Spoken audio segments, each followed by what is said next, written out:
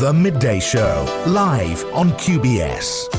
For today, we're touching on a topic. We're turning our focus to something that touches many families worldwide, which is caring for our elders living with dementia. Now, whether you're a caregiver, a concerned family member, or simply somebody wanting to understand more, you're not alone. Dementia doesn't just affect the person diagnosed, it touches everyone around them. So today, we're shining a light on this important topic.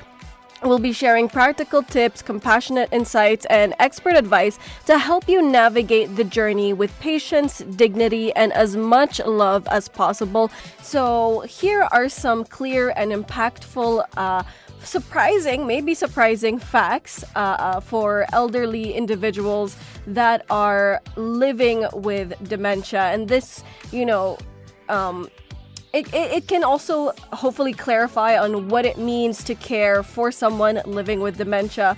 And maybe perhaps it'll remind you that if this is something you're dealing with, that you're not alone on this journey. So first, dementia isn't just a part of getting older. I think this is a common misconception because many people think dementia is just a part of aging, but it's actually caused by specific damage to brain cells, and Alzheimer's disease is the most common form, but it's not the only form. It also affects millions of people and growing. Currently, more than 55 million people worldwide are living with dementia, and that number is expected to double in the next 20 years as more of us tend to live longer.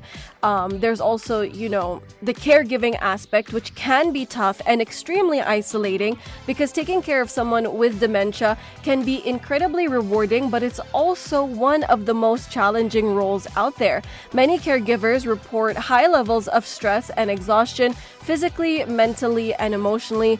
Also, in caring for someone with dementia, routine is something that is it's like a must, right? Routines are especially powerful for people living with dementia, and keeping a consistent daily routine can help reduce their confusion, their anxiety, because it's not easy, right? You don't remember the life that you've lived. I imagine it's extremely hard. So yeah, keeping a consistent daily routine can help reduce their confusion and anxiety. And it even simple things like regular meal times and familiar surroundings can make a huge difference for somebody that is living with dementia. And, early support as well. An early diagnosis can give families time to plan. It can give them access to the right services and learn how to give the best care possible. And that can really change the journey, because it really is. With anything in life, it's a massive journey. It's a massive change, not just for the families, for the person diagnosed, and caregivers and those around them that love and care about them. And our guest today, Shamayne Leelawati, is a dementia caregiver and advocate, and the founder of mindconcern.com and the social media channels under the same name. She's also a mental fitness coach and a certified dementia care specialist, and offers coaching sessions to families living with dementia. Shamayne cares for her father, who lives with vascular dementia, and actively works on creating awareness and banishing the stigma around dementia. Shamayne, it's a pleasure to have you with us here in the studio. How are you doing today? I'm good, thank you, and thank you for having me here today. The pleasure is all ours. So getting straight into it, Shamayne, can you tell us about your journey caring for your father?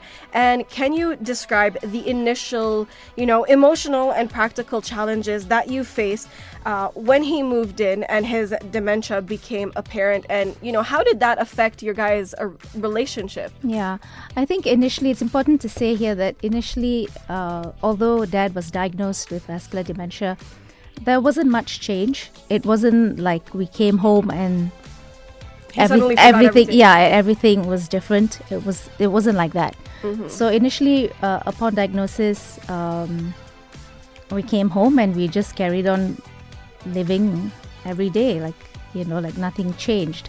Although he was displaying already by that stage some very peculiar behavior, which was why I had gone in to see a doctor.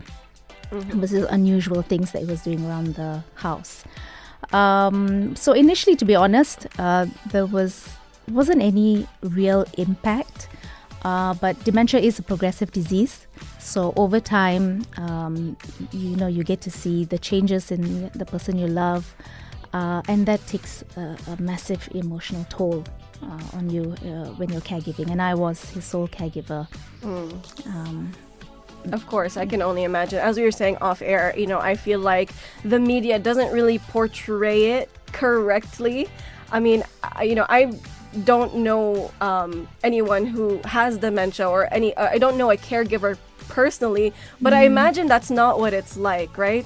Because they usually show like a late diagnosis, like when a person is like in the midst of it, but they don't show the beginning of it. Like you said, it's a gradual process. I don't imagine, like you said, when you go home one day and suddenly he forgets everything. Exactly, yeah.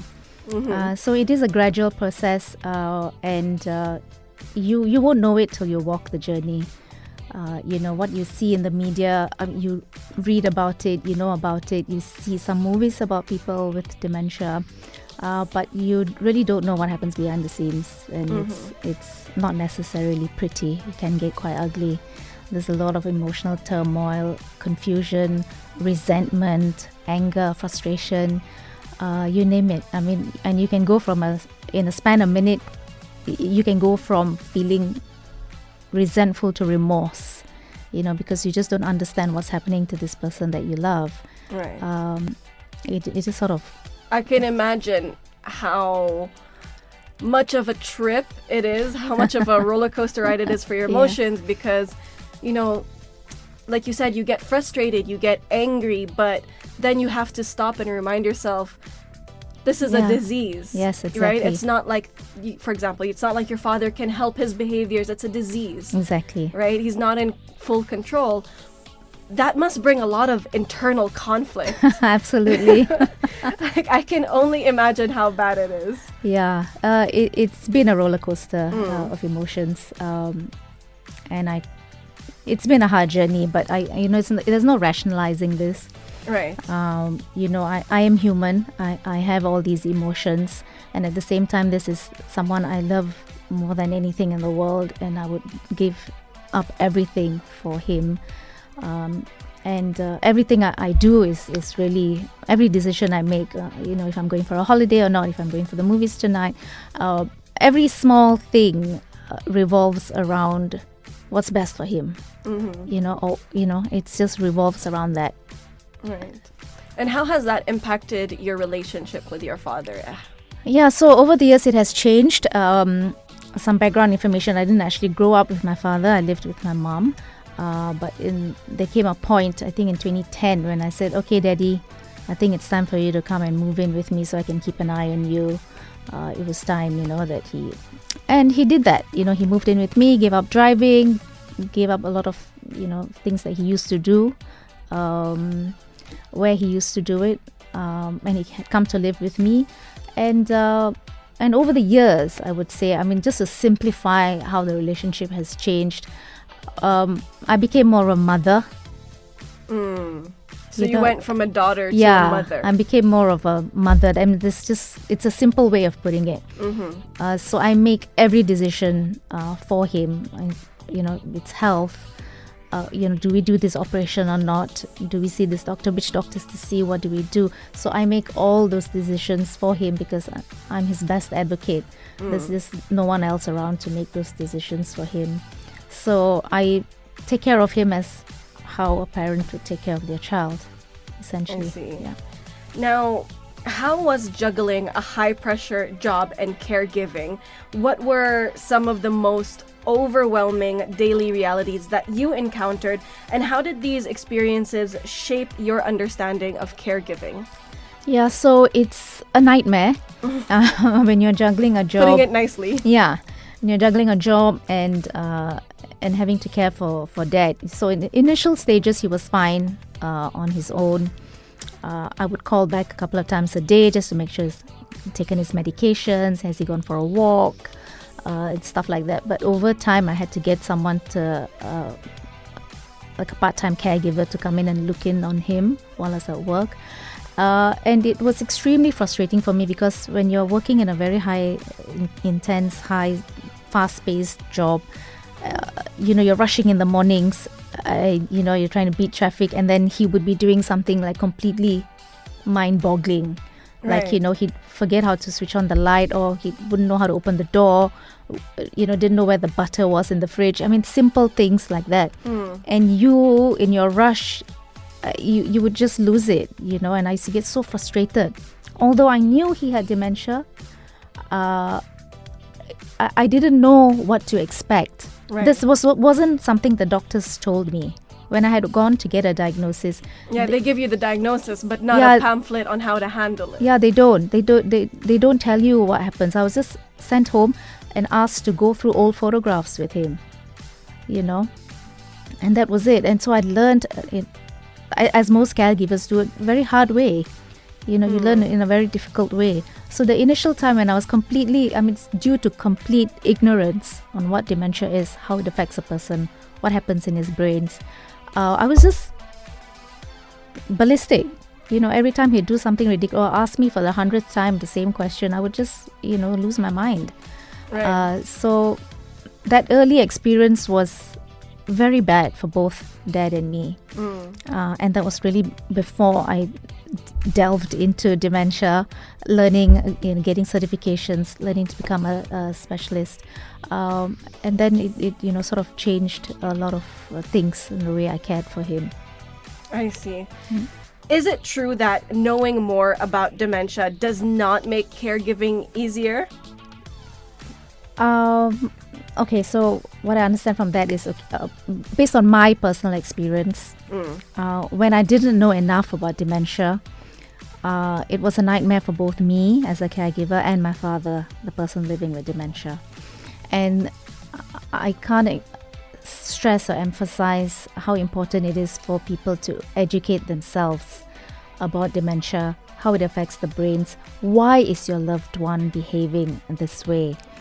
And if you knew that, if you knew why they're behaving this way, you'd be able to practice a little bit more compassion in your caregiving activities and the way you approach your loved one with dementia. So really, I would say education, learning more about dementia, what it does, joining support groups, learning from other caregivers, is really beneficial. That Right. really goes the mile in helping you remain sane while giving the best care you can for your loved one. Right. Every little bit helps, basically. Absolutely, yeah.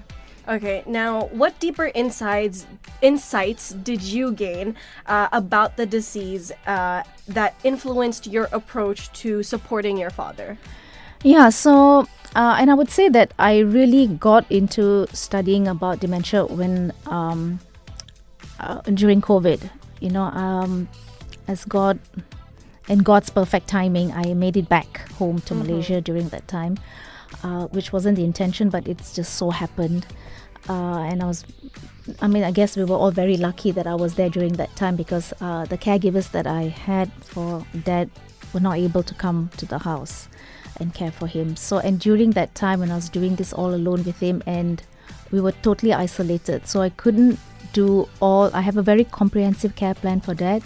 It includes social activities, exercises, going out for a walk, doing stuff like that, all of which came to a screeching halt during Right. COVID. And having to find different ways on how I can maintain his physical and mental activity and even social activities within four walls, So it was a real struggle during that time, and I think his condition started to deteriorate as well quite rapidly during that time. But I did my best. I relied on YouTube for all the activities, on how to keep him entertained and active, and that was when I started learning about dementia as well. So I took up several courses, just for myself, because I wanted to know more. And then I started my social media platform just as a fun thing, Right. to document my journey with Dad. Because I kept telling myself, I cannot be the only daughter in the world who is going through this very, very, very difficult period. It was a very, very dark time for me as well, personally. I can imagine. It was just, I didn't see a way out. There was just no light at the end of the tunnel. It was just this, and I knew that it was just going to get worse. So there was just no bright spot. It was a very dark time. And so that's when I started learning all these things and understanding and finding a different way to care for my father, right, which wasn't driving the two of us like mad. And so to answer your question, yes, so learning about this changed my entire approach on how to take care of my father in a very, very effective way, I would say. But having said that, caring for a person with dementia varies. So no two people are the same. Right. Yeah. So, you care for one person with dementia doesn't mean it's the same. You can't apply the same things for someone else. So it changes depending on the nature of the dementia. I see. So the stigma surrounding dementia often leaves caregivers feeling isolated. As you mentioned, you were in a very dark period of your life because of that isolation.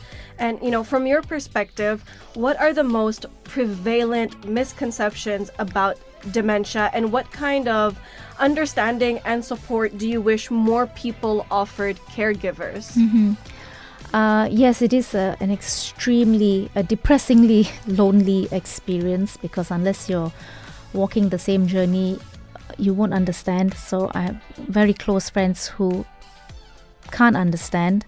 Right. As an only child, I can't share my fears with a sibling, who might have the same intense love that I have for my father. So it is a very, very lonely journey, and you feel that people just don't understand you. Your friends don't understand you when you say, "I'm sorry, I can't make it for dinner and movies tonight because I gotta keep an eye on him at night," or I can't go on that holiday because I can't leave him alone for several days. Stuff like that. Initially when I didn't have the caregivers that I have now in place, which enables me to be here in Doha,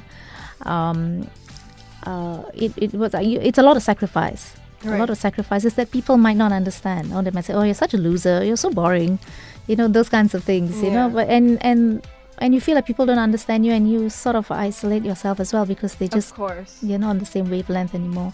You lose friends, you make new friends, stuff like that. And sorry to go back to your the actual question, actually, which was even I forgot what the question was. Sorry, I'm just rattling on. No, it's okay. So again, the question was, from your perspective, what are the most prevalent misconceptions about dementia, and what kind of understanding and support do you wish more people offered caregivers? Because as you said, you lose friends, people start to misunderstand you. It's kind of like, also, you said you went from being a daughter to being a mother, and that's kind of what motherhood sounds like, right? You become a mom, all your single friends still don't have kids, and they want to go out for brunch, and you're like, "I can't, I've got a baby to take care of," and they're like, "You're boring." Yeah, exactly. Yeah, you're so dull, but it's extremely exhausting, not just physically but mentally exhausting, Right. And I think as a caregiver, support would be good. I didn't even have it. I couldn't take a break. Right. Just someone who could come in and just look at Dad for a couple of hours or even for me to have a good night's rest. Right. Because at some point he needed 24 hours supervision. Because of wandering, because he would wake up at 3 a.m. and think he's going to work, and he would just open the front door and walk out. So he needed to be supervised 24 hours a day. And it's hard for people to understand that. I think as a caregiver, I think support from friends, family is important. Helpful, I would say. It's very helpful. So you don't feel so alone in this journey. People get you. They get why you're so tired. They get why you're so thin, for example, and you're not getting. You're too tired at the end of the day to eat. Just those kinds of things. Because people don't know the backstory. When they see your dad, they come over to the house and they say, "Oh, your dad looks fine. He looks fine." But you don't know the work that had to go through to get him ready in the morning. Fine, right? Yeah, it's like there's so many things that as part of his care routine to get him prepped for a visitor, for example, or to go out for a doctor's appointment. There's a lot of work that people don't see. And I have to mention financial support as well, because it is very, very expensive to take care of someone with dementia, or anyone who's getting old for that matter. It is, you have multiple hospital visits, and now with Daddy being the way he is, there's everything from tubes, tube feeding, the NGT tubes, to suction tubes, to diapers, to medication, to milk, and not to mention the caregivers. Right. I mean, I was they about all to mention cost. that was like... Yeah, that's my biggest cost. My caregivers are the biggest cost. It's expensive, and now because my dad's not able to move, I get doctors to come into the house. They're not cheap. And none of that's subsidized by the Malaysian government, at least. And now Dad's on the oxygen concentrator 24 hours a day. My electricity bill has gone up by over 200%. Oh my None goodness. of that subsidized. Do you know what I mean? So it's Right. so that's a lot of things that can be put in place to help caregivers and the families cope with this journey. That's just among some of them. Right. I'm just digesting the electricity bill going up by 200%.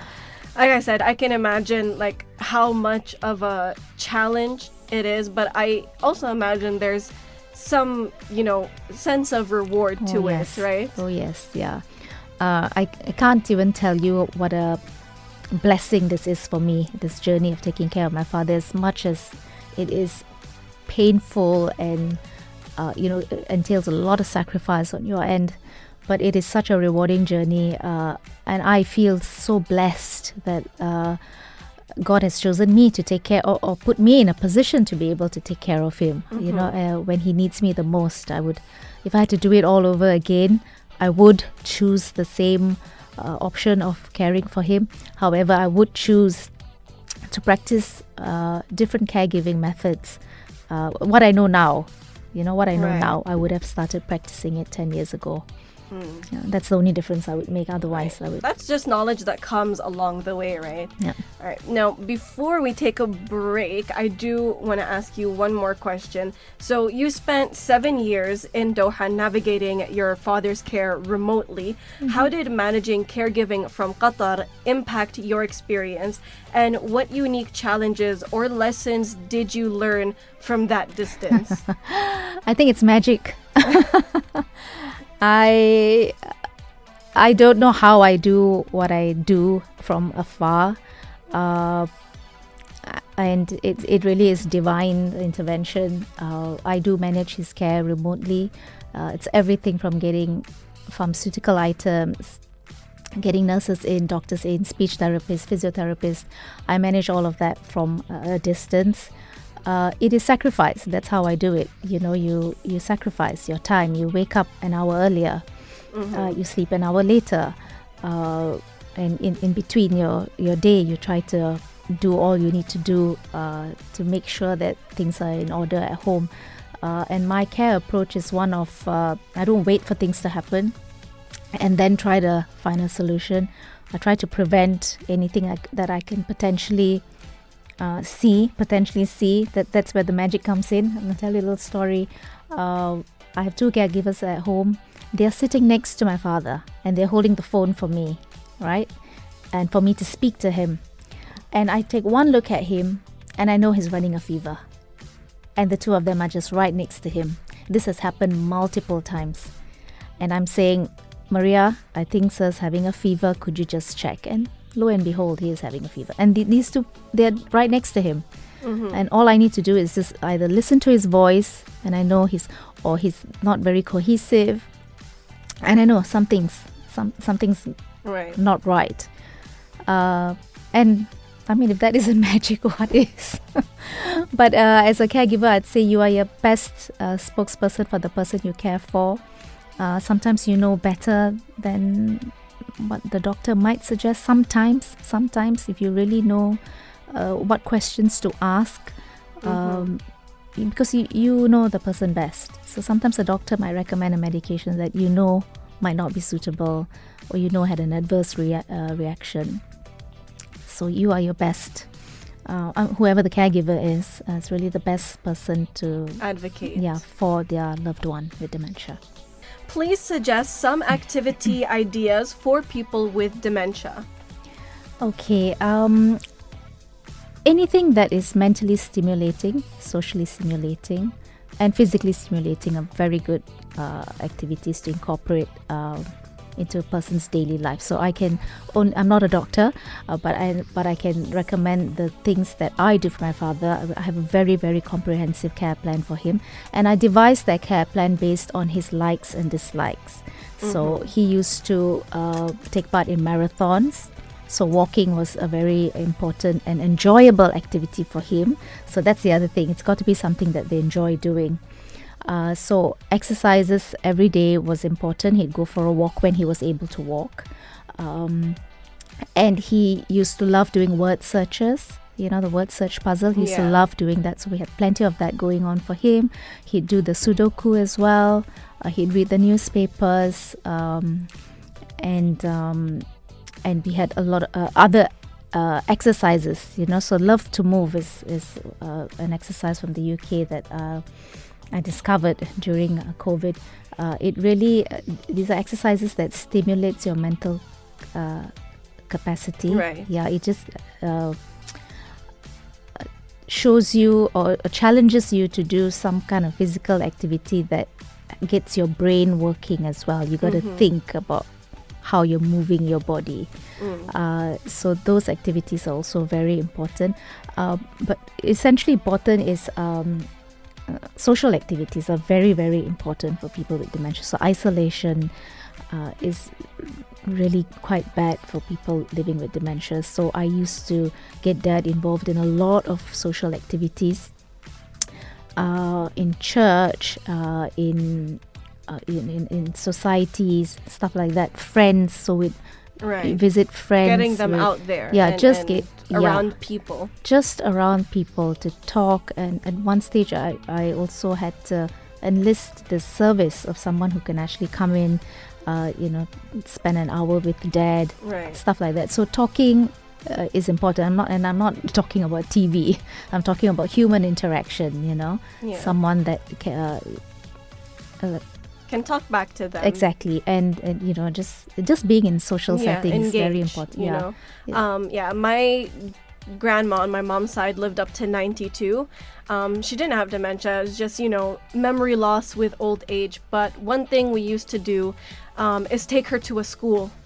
It was like for the day, so we didn't have to worry about her. She slept through the night just fine. But the thing was, during the day, while my aunts are out, because they live in America, so while my aunts are out at work, while me and my mom are doing touristy things, at least we know she's being taken care of. There's going to be regular meal time. Exactly. She's going to be around people. She's going to study. She's going to do exercises for her brain. Yeah. And I think that was extremely beneficial for her. Yeah, so there are plenty of daycare facilities that are available. You can send your loved one there and they get their meals sorted, and all sorts of activities planned as well. So these are really good for people who are working.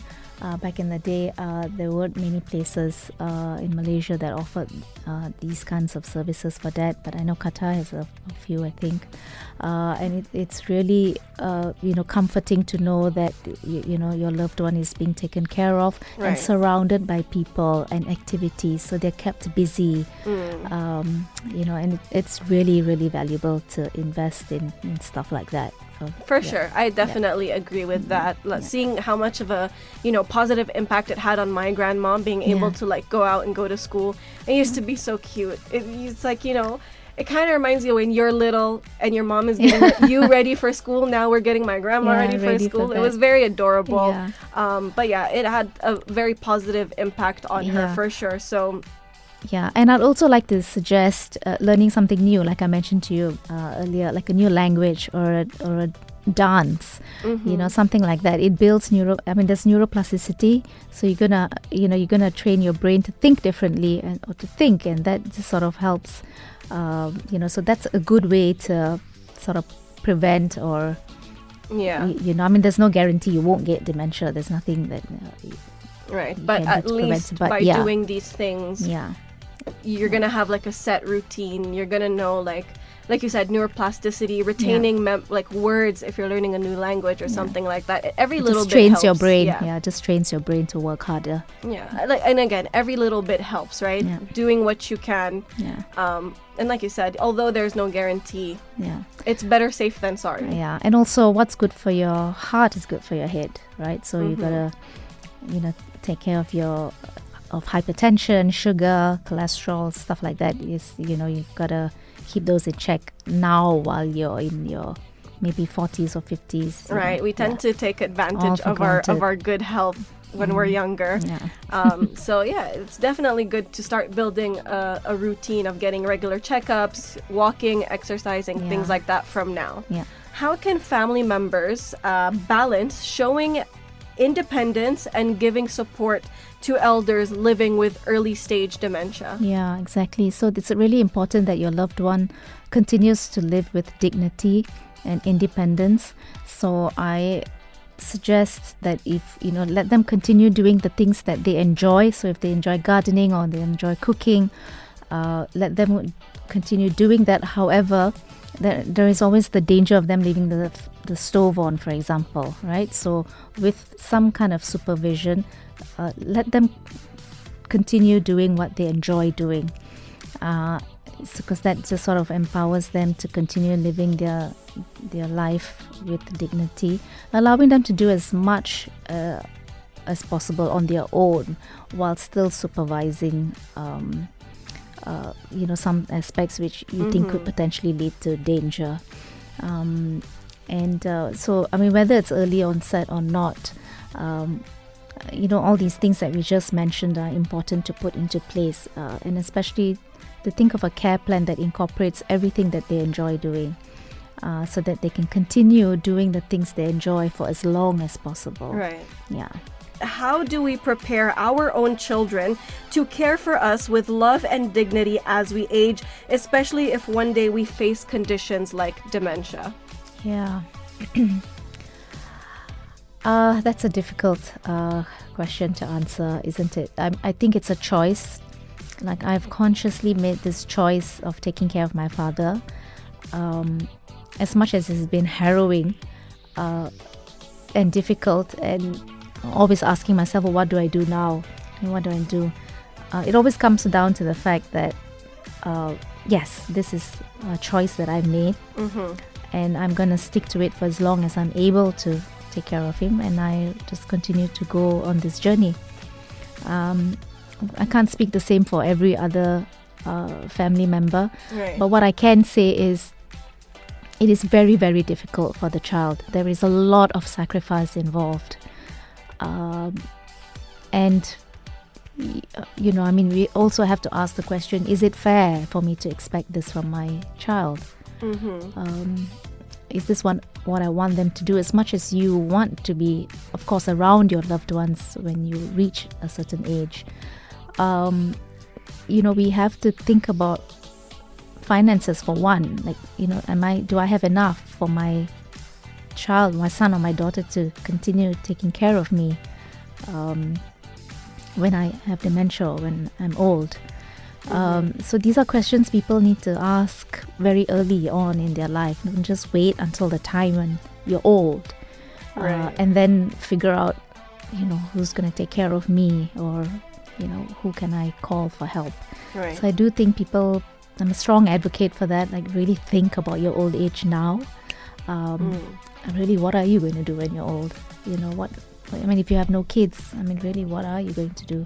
Do you have enough saved for a care home? Are there any facilities available? You really need to start thinking about that early instead of waiting. Is there any cure for dementia or any medicine to reduce the symptoms? Yeah, unfortunately, at the moment, there is still no cure for dementia. However, there are FDA-approved medications that can help treat early symptoms of dementia. And just, I think last week, the FDA also approved a blood test that can detect Alzheimer's. So that's massive, massive news for people taking care of their loved ones with dementia, and people in research who have tirelessly done a lot of work into finding medications and in any medical solutions to dementia. But currently there is no cure, but there are medications that can treat early symptoms of dementia. Okay, that's a good, it's good to know. We have BB who says, my mom repeats stories a lot lately. Is that just aging, or should I be concerned? I always recommend for people to go and get tested, see a doctor. Don't come up with conclusions yourself. Right. Self-diagnosing is the enemy. Yeah, I think really get expert opinion. They run little tests that your loved one can take, and a doctor is really in the best position to advise you on what they have or don't have. So, it doesn't mean that just because someone keeps asking you the same questions over and over again that there's something wrong with them. Not necessarily.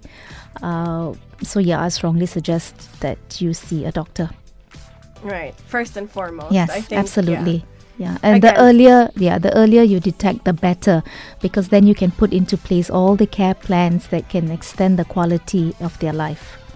Is there a way for someone my age to stay mentally sharp and independent for as long as possible? Oh, yeah, absolutely. Like what I mentioned earlier is, do whatever you enjoy doing as long as it's within the safety boundaries, right? Just continue doing stuff that you enjoy. Keep physically fit, be socially active, be mentally active as well. And, learn something new. Just to keep you sharp and active. I think these are the things that generally is what's recommended. Of course, your health as well. Keep your sugar in check, your pressure and stuff like that. Right. Yeah. A really big question that we have is, how do, people cope when their loved ones forget who they are? Firstly, it's devastating when someone you love forgets who you are. And the first time Daddy said to me, "Oh, my daughter lives in Doha," while I was right in front of him, and I'm his only child. It's painful. It's painful, but I think the first thing that came to my mind was, who does he think I am then? And very quickly, I felt comforted knowing that he was at least comfortable with me. Okay, so that was how I coped with it. It was important to me that Daddy was comfortable with me. He wasn't afraid. He didn't ask me who I was and what was I doing in his house. I wasn't a stranger to him. I was somebody he vaguely knew, but just couldn't remember that I was his daughter. So that first time when this happened, when he forgot who I was or didn't know who I was, I was quickly comforted by the fact that he was comfortable with me. That was my biggest consolation. That he doesn't know me, but he's comfortable. Yes, he doesn't know me, but he knows me. I'm someone he's comfortable with. He knows that he's loved, and that was very important for me as a caregiver. So everyone's journey is different, but I personally took comfort in that. And that was how, there are many, many other instances where he's completely forgotten who I was. He'd ask me about how my parents were doing, how my father was doing. And for me, the most important thing was that he was okay with me being around. I was just somebody he knew. How do you handle the role reversal when your parents get diagnosed with dementia? Yeah, like I said, it didn't happen immediately. It just took time. It just took time because dementia is a progressive disease. He just kept declining slowly but surely. And the decisions just fell on me. I just had to make some very important decisions because he was not able to at some point make those decisions himself. How did I cope with it? I didn't think about it. It's just something that came. It was just part of my journey. And as much as I say it's difficult, it's harrowing, this is not what I signed up for, I'm sacrificing so much of my life. Like I say over and over again, I would never do it any differently. I would embrace this role over and over again. I would embrace it over and over again in a heartbeat, again and again and again, just to give him the best that I can and the best that I know. So I didn't have time to think about how am I coping with this reversal of roles. I didn't. It was just something that, just rolling happened. With the punches. Yeah, exactly. I can say. Yeah. Now, how do you make time for your own mental health during all of this? Because it in a way it's chaotic, right? So how do you make time for yourself and make space for yourself during all of this? It's not easy. I'm also a coach. I'm a mental fitness coach, so I have a good network of friends who support me, a close network of friends that support me. And initially, when I was in this very deep, dark place, I just looked at the situation as something that I could use to support other people. Right. Do you know what I mean? I just, I documented the story, this journey that I was going through with my father, and that seemed to resonate with other caregivers who felt very alone, and they were very happy to hear about my struggles, and they could connect, and I felt a lot of fulfillment finding support in these people and also supporting them in their caregiving journey. I'd give them examples of what worked for me and Dad, and they would try it, and some worked, some didn't work, and we tried to explore different ways on how to care for their loved one with dementia. So yeah. What specific societal changes or resources do you believe are most crucial to better educate, support, and understand individuals living with dementia and, their dedicated caregivers? Yeah, I think people need to start talking about dementia, normalize conversations about dementia. There's so much taboo and stigma around it. People are in denial. There's so many families that are in denial, largely because it's fear. They have to face something as dramatic as dementia. There's a lot of fear. So they let it slide for a few years, and they think, they just don't want to accept the fact that their parent could possibly, or a loved one could possibly have dementia. So they delay the diagnosis, and that delays everything that comes with caring for someone with dementia. So I'm a strong advocate for getting it diagnosed early. The earlier you do that, the better you are able to put in a very good care plan for people living with dementia. So that's really number one. Start talking about dementia. Right. Start normalizing talking about dementia. There's nothing to be ashamed about. It is a disease. And and I think generally people, just everyone, it's really useful for people to just know what dementia is, whether you're affected or touched by someone living with dementia or not. Globally, there's 62% of healthcare workers who actually think dementia is a part of getting old, but it isn't. That's the biggest misconception, I think. Yeah, even healthcare workers. Okay, we're talking about globally, 62%. That's a big number. It is, and you're in the healthcare industry, in the sector. And you don't know, what dementia really is. It's not about getting old. It doesn't mean you get dementia when you get old. It is not an old age disease. Right. And people just need to understand about dementia. So I'm talking about everyone from the busboy to the waiter to, just like policemen, just ordinary people, shop assistants, right, who might come across a very agitated and grumpy or lost old man, and they will know what to do. They will recognize, oh yeah, I think this man has probably got dementia. He's just wandering about. without a phone and just in his, I don't know, undergarments or whatever it is. I mean, things like this have happened before. Just for people to know about it.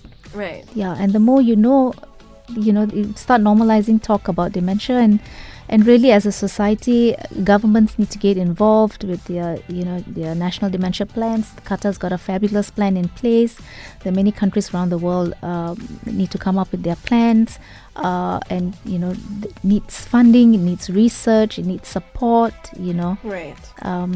Yeah, and we are an aging world. We're all getting old. There are more old people than there are. It's going to have a massive financial impact on healthcare systems globally.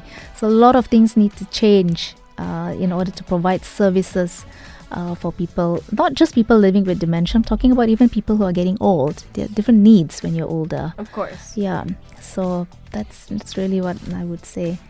Oh, thank you so much for being here today, Shamayne. I know we touched on a few, stories that got us both, I think, a little emotional and close to tears. But I think, having, those hard conversations, especially the ones that get you choked up, it's extremely important for us to understand, people like you who are put in a caregiver position better. It's also, helps us understand people struggling with diseases like dementia and these things better as well. So again, thank you so much for being here. It was an absolute pleasure having you in the studio and educating us and shedding light on this topic of, caring for our elderly or caring for people with dementia. It's like you said, it's not just an old age disease. Yeah. It can happen at any time. There's, like you said, 100 different variations of dementia. So yeah, I can't thank you enough. It was absolute honor and pleasure having you here. Pleasure is all mine. Thank you so much for having me on the show, and I hope you continue creating awareness around dementia and the impact it has on